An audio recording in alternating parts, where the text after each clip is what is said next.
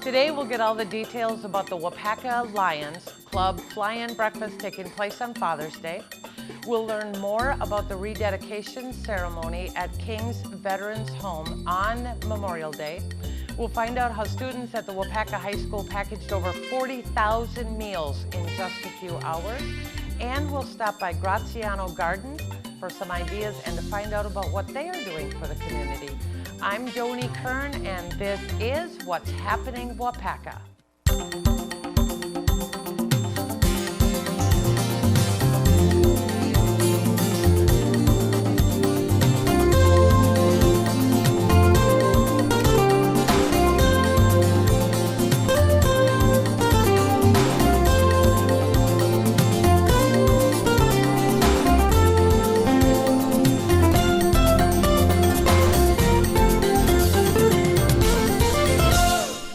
Have Chris Johnson here, who I have to tell everybody, he not only works on the set and he works with me, we've done filming together, but he also is a huge part of the Area Lions program. And we're going to talk about that today. We have the Lions Fly-In Breakfast coming up. Now, you and I taped that last year, and we're going to be showing some of the tapes and some of the pictures of that in this episode. But tell me what the Lions Fly-In Breakfast does. Okay, well, it raises money for the Waupaca Lions organization. And also our Lionesses help out there as well, and they have a separate raffle going with actual gifts. Our raffle is a cash raffle there. But the pancake breakfast is on June 21st this year. It's Father's Day. It always happens on Father's Day. It's at Brenner Field, the Waupaca Municipal Airport, and we're in the Foundry hangar. And so they take the plane out and they let us use it. And if it's going to be raining out, we still can serve breakfast without anybody getting wet in there. Yeah, because it's inside, because I know last year when we were there, rain was threatening. We weren't sure if it was going to rain or not. Right. And it's all indoors. And if you guys go for no other reason, then you have to go to see these humongous plates, thingies. Our rotating grill for the pancakes, yeah. I just looked at it and I went, wow. I mean, it's just you stand in one place and the pancake just rotates. When they come around, they're all done already. I know. So. One circle, and the Foundry was huge. We serve between 600 and maybe 700 That's a lot of breakfast. So one thing that I didn't know until I got to know you, and Todd Malish has been on the show, is what the Lions does for this community. So let's talk about that for a little bit.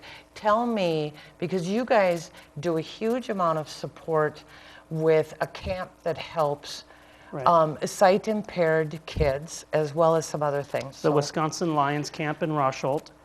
We do donate quite a bit of money to that, to the Lions Foundation, which in turn donates it to the camp.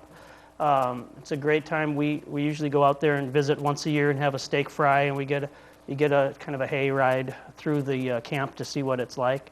So that's just a great, that takes so much to create a camp like that and all the programs that they have all summer long and even during the winter too.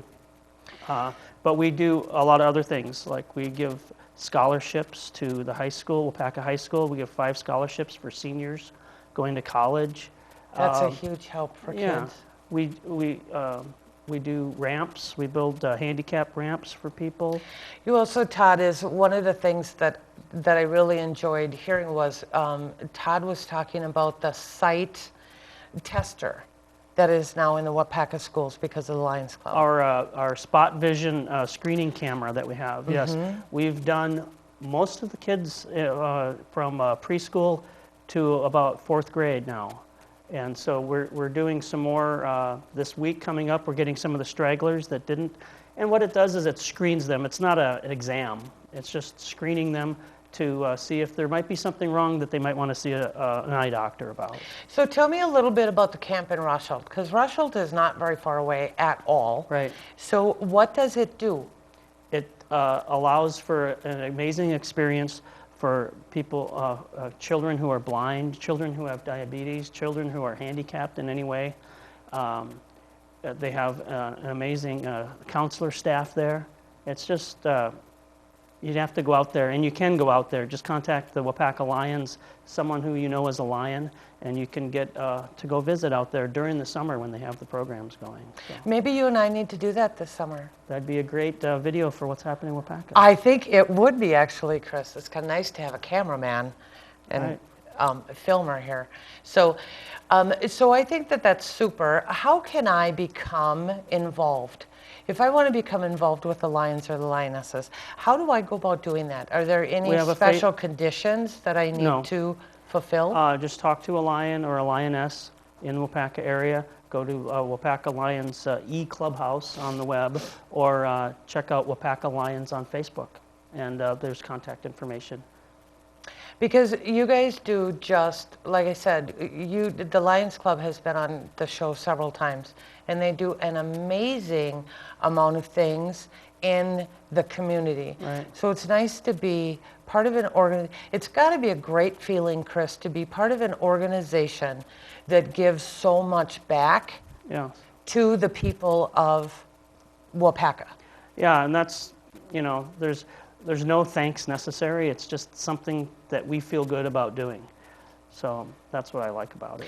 So check it out. Check how you can become involved with the Lions or the Lionesses, and go to the breakfast, the fly-in breakfast, Father's Day morning. 7 a.m. to noon. The pancakes are absolutely delicious. You have got to see that revolving, I'm telling you, you've got to see that revolving grill. It's fabulous.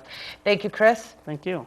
Next, we're going to talk to Amber Nicolay, and we are going to meet a handful of vets. One is 175 years old. You've got to see this. And we're going to talk to them about what's going on Memorial Day.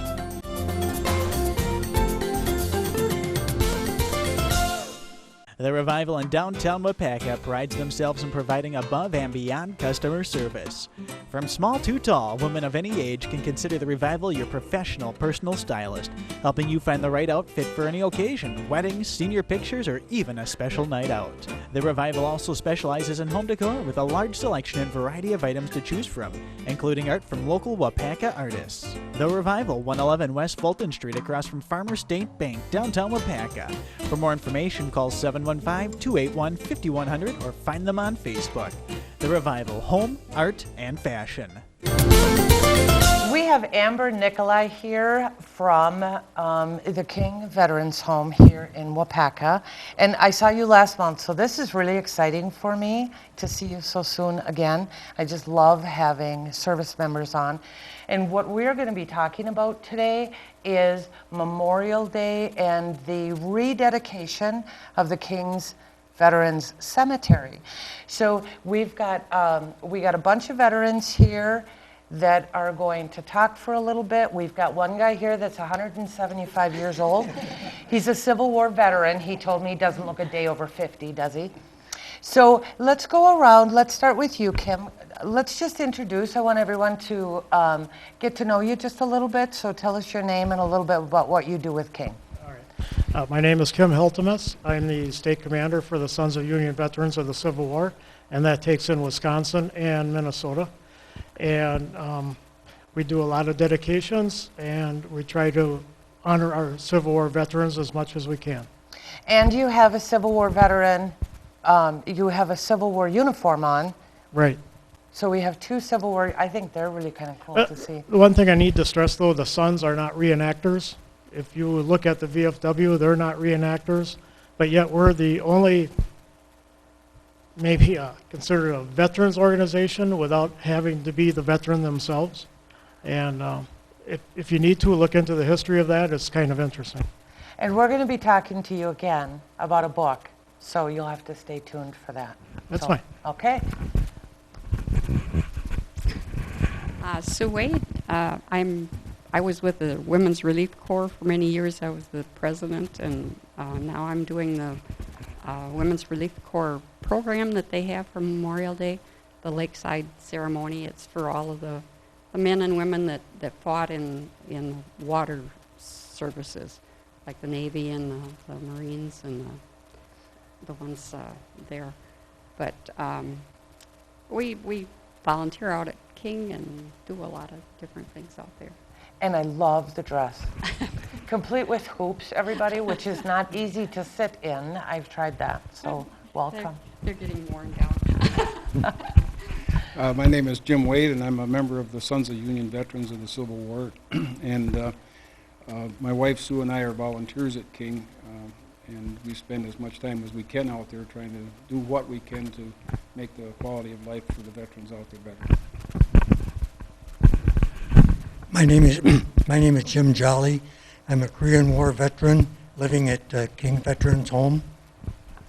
And by the way, it's Jim's 84th birthday today, so happy birthday. I'm Gary Motter. I also live at the Veterans Home. I am involved with many facets at the home. And last week at the volunteer banquet, I was presented with a certificate and a plaque for 10,050 hours volunteer time in 9 years' time as a resident. That's incredible. That's incredible. It's like 20 hours a week, by the way. And I also received a certificate for 2,139 hours that I had performed last year, helping my fellow veterans. That's great. Okay, so we're going to talk about the ceremony, because you guys have a very special ceremony planned for King and the rededication of the ceremony, or the rededication of the cemetery. So tell me about what is going to happen. Well, we're going to rededicate the cemetery based on a 1917 Grand Army of the Republic ceremony. And, you know, back in those days, the monuments and all that were brand new. So they did a dedication ceremony. And we've restructured this ceremony to fit in as rededication. So what you'll see is basically what happened back in 1917 through the Grand Army of the Republic. We're just going to recreate it. That is fabulous. Now, this all starts at like 6 o'clock Memorial Day morning with the volunteers putting flags at all of the graves, we right? have about approximately 6,500 veterans and their spouses laid to rest in the cemetery. So we ask for all the volunteer support we can get to place a flag at each headstone. Last year it only took 20 minutes. That's how many volunteers turned out. And then we encourage people to stick around, because at 9:30 then the Women's Relief Corps was going to kick off with the waterside ceremony and the laying of the wreath. The Waupaca Middle School Band also contributes on that. They play a lot of patriotic songs and assist us with sounding taps. And so after the waterside ceremony, there's a processional that goes from the waterside over to the cemetery. And at the cemetery, we're going to kick off with the Sons of the Union Veterans of the Civil War, doing the rededication and finishing with a featured speaker. So it's going to be it's just going to be a fabulous day. Fabulous. You know, one of the things that you mentioned to me that I am aware of, but I think it merits mentioning, is that we forget what Memorial Day is truly about. So one of you guys tell me what Memorial Day truly is, especially from the veterans' point of view. Go ahead. Well, Memorial Day was originally given back after the Civil War as Decoration Day. And for a number of years, that's what it was called. And I recall when I was a youngster, my folks would go to various cemeteries where our relatives were buried and plant flowers. And that's why Decoration Day is very important, is because you don't want to forget the sacrifices that these people, these soldiers and ladies and gentlemen that fought to keep our country free, and they should never be forgotten, all the way from the Revolutionary War until the current time with the Afghan and Iraq wars and that sort of thing. So it's a very, for veterans, it's a very important day, very, very important day. I think the way that I have seen it put that strikes me the most is that for someone who enlists in the service, you really are writing a blank check out to the government. Absolutely. For time up to life. And for those of us that don't serve, I think we forget about that. So you're right, Memorial Day is a great time to spend with family, but it really needs to be a time that we remember all of the sacrifices that you guys made so that I can have the life I have. And that truly is what it is. I mean, I wouldn't have my life if you guys had not done what you did. So thank you very, very much. One of the things that needs to be remembered, though, is what the families went through during and after the war, and that's an untold story.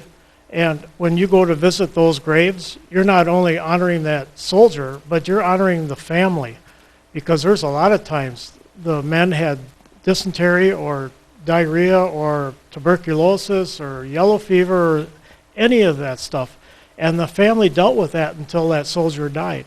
And that's one reason why the home was started, is so that the impact of what happened to that soldier in that family could be lessened, and the spouse, her life could be improved. You know what, and you are absolutely right, because it isn't just the soldier, Right. it is the entire family, even today, trying to Right. hold that together. So thank you very much for being here today, and we will see you. We have the open house, and we have Memorial Day coming just up, so I will look forward to seeing you guys all at that ceremony. Sounds good. Next, we are going to talk to the Waupaca FFA. They did something called Kids Against Hunger, and we'll learn all about that.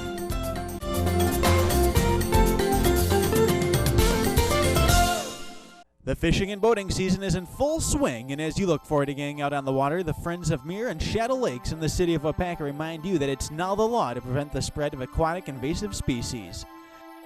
Before launching and before leaving, inspect boats, trailers, and equipment. Remove all attached aquatic plants and animals. Drain all water from boats, motors, and equipment. Never move plants or live fish away from a body of water. Stop aquatic hitchhikers. It's the law. Thanks for your cooperation from the Friends of Waupaca, Muir, and Shadow Lakes. If you'd like to be a guest on What's Happening Waupaca, contact Josh at 715-258-4405 or email jwerner@cityofwaupaca.org. Full details at wintvwaupaca.com. We are here at the Waupaca High School today with Jen Erb, who's going to explain to us what we're doing, because you're putting together meal packets, right? Correct. It's a pleasure to work at the Waupaca High School, where we have such large community support from student body as well as the community. And the activity that we're doing today is called Kids Against Hunger. And the Waupaca FFA chapter wrote about 200 donation letters and got $7,500 back. And that money went to purchase dried vegetables, soy, rice. You can see some sorghum under here. And this is going to be used in the Midwest to feed the hungry. And it is an honor to be able to be a part of it. And it's going to be 45,000 meals by the time we're done. That is a huge amount of meals. Now, this is the entire meal, right? Yep, if you can take a good look at this, this is the entire meal. And it has all the vitamins, minerals that is needed to have a healthy body. And the rice on top is, of course, substance for it. Okay, so explain to me now, these are all going to be used in the Midwest. Yes. So how do they get used? Some will be given to Ruby's Pantry, and the other portion will be given to the Waupaca Food Pantry. Last time we did it was 3 years ago, and a large portion of what we bagged went to Libya. And this year that there was such a need in the Midwest, Wisconsin, Minnesota, that the food is going to stay here.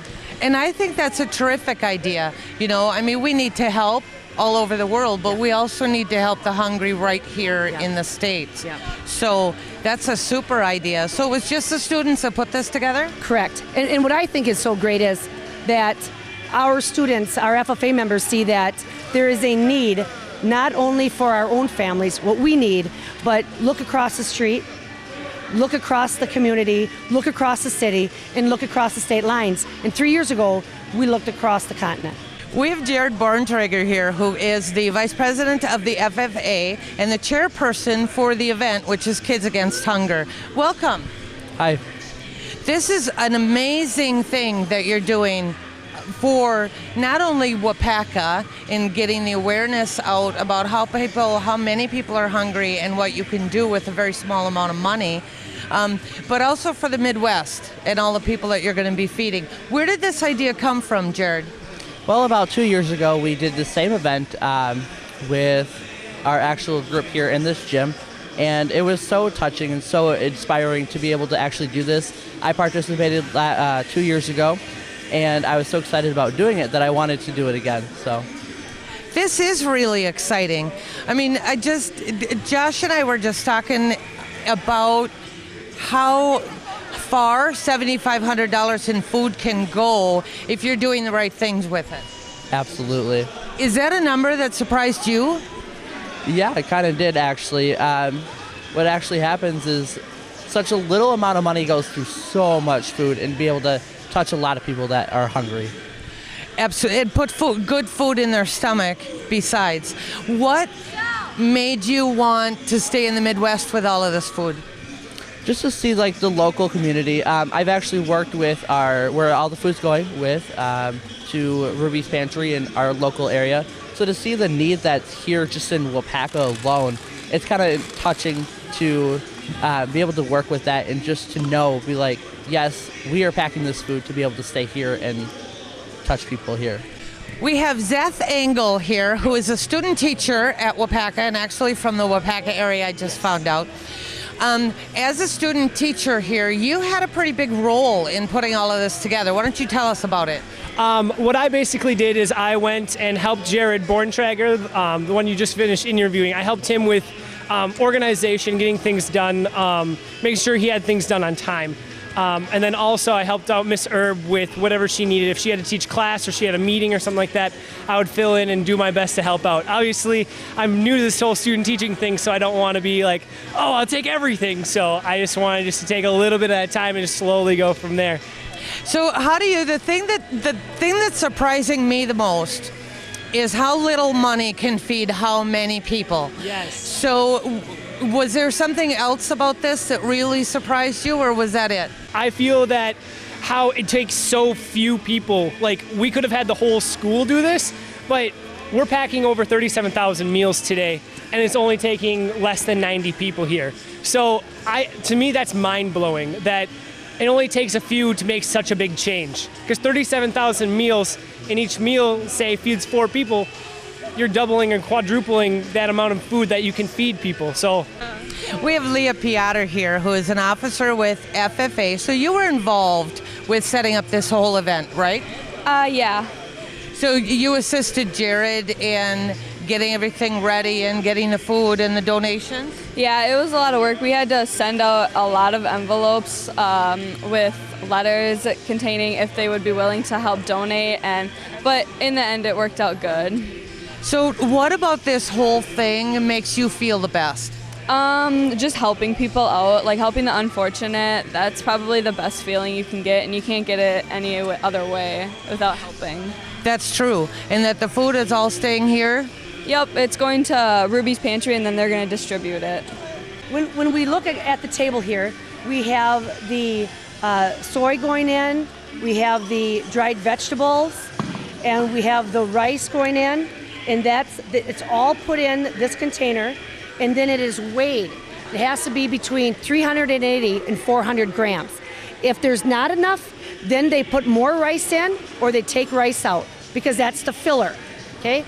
Then they take the end of it, they take all the air out, and where it says seal, then it is hot sealed, and they put them on the surface at the end of the table, and there are 18 different rows, and they have to put 2 bags on each of the 18 pitchers, and then it goes into the boxes. They tape the boxes, and it goes onto the pallet. And then the Waupaca Food Pantry and Ruby's Pantry will come in and get the pallets. That is just a fabulous, fabulous thing you're doing. And $7,500 provided all of this food. Yes, and all the money came from the Waupaca community. Yeah, we're very generous. Waupaca is a very generous community. Thank you, Jen, for taking the time. This is an absolutely fabulous thing to see these kids do. I feel blessed to be among them. Oh, absolutely.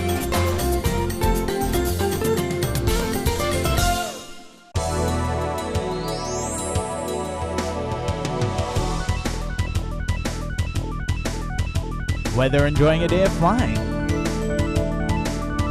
group gatherings, one of 50 Cherokee Oshkosh or EAA professional pilots, supporting the community, our local businesses, aviation groups, and pilots of the future. We are the Waupaca Municipal Airport at Brunner Field. We are here at Graziano Gardens out in the middle of the beautiful countryside. I'm talking with Deb Willis, who is a garden center manager here. It's good to be out here and visit with you. Yeah, thanks for coming out today, Joni. Oh, yeah, it's a nice morning to be out here. And we are all thinking about gardening this time of year. Well, yeah, especially me. My lawn looks a little bad. So we're going to learn a couple of tips here. Now, the first thing we're going to talk about is some sedums, right? Mm-hmm. I want to talk about the sedums today because succulents are so popular as well. And some of the succulents are perennial and some are annual. And so to start off, I just want to talk about the difference between the perennial succulents, which can go in the ground and will come back year after year. And those are these? Well, not that one, but those three over in the corner. Yep. That shows you what I know. Yeah.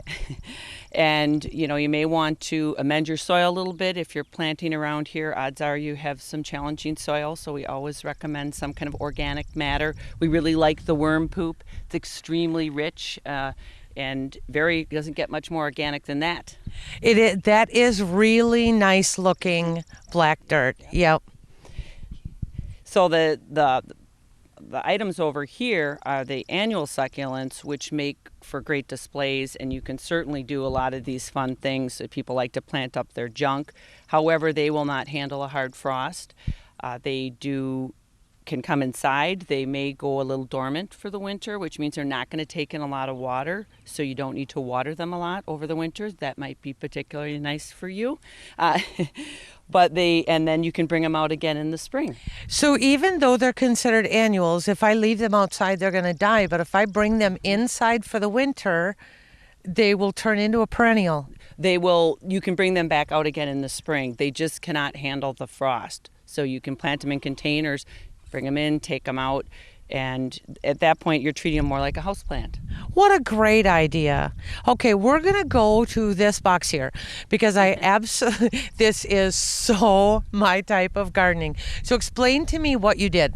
Well, this is what I call like a last-minute planter. It's sort of cheating, faux decorating or faux planting, and I'll take it apart as we speak. So all I did in the last minute here, getting ready for you to come, is start taking the regular annual pots and placing them in here. Say it's last minute, you aren't ready, you need to put something on the table. You don't necessarily have to get the dirt out. You can just go ahead and stick them in here.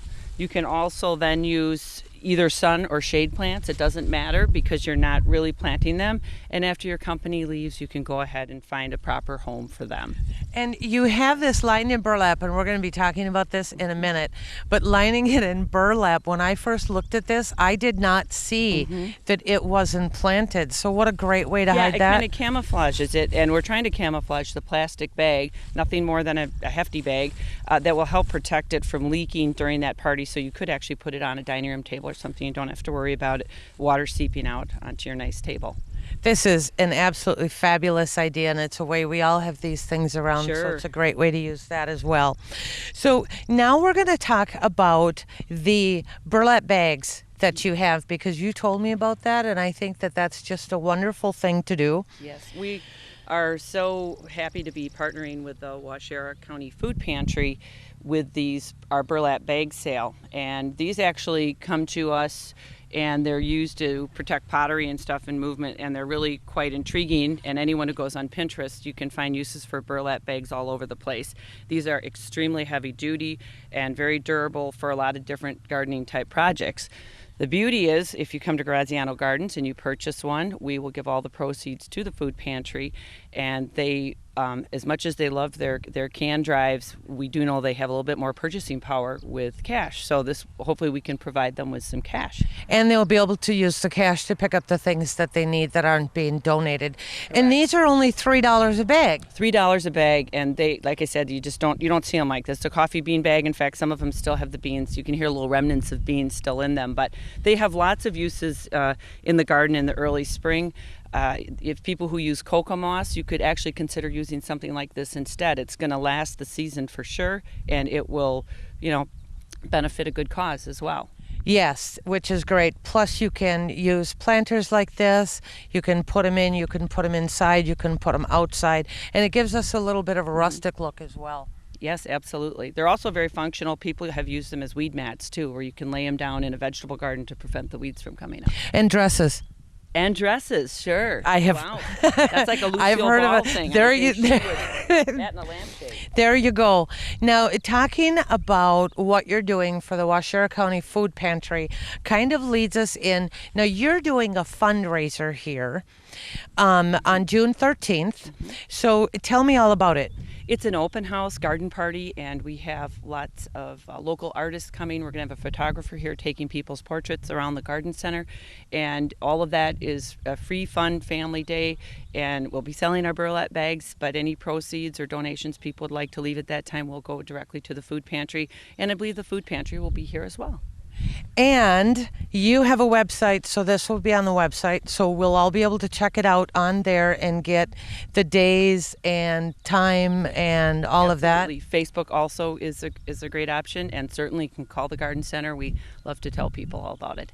And we're going to take a couple of shots of this garden center. You really have, I've been here before, you really have some beautiful things. So we want to come down and shop as well as just setting our sights on June 13th.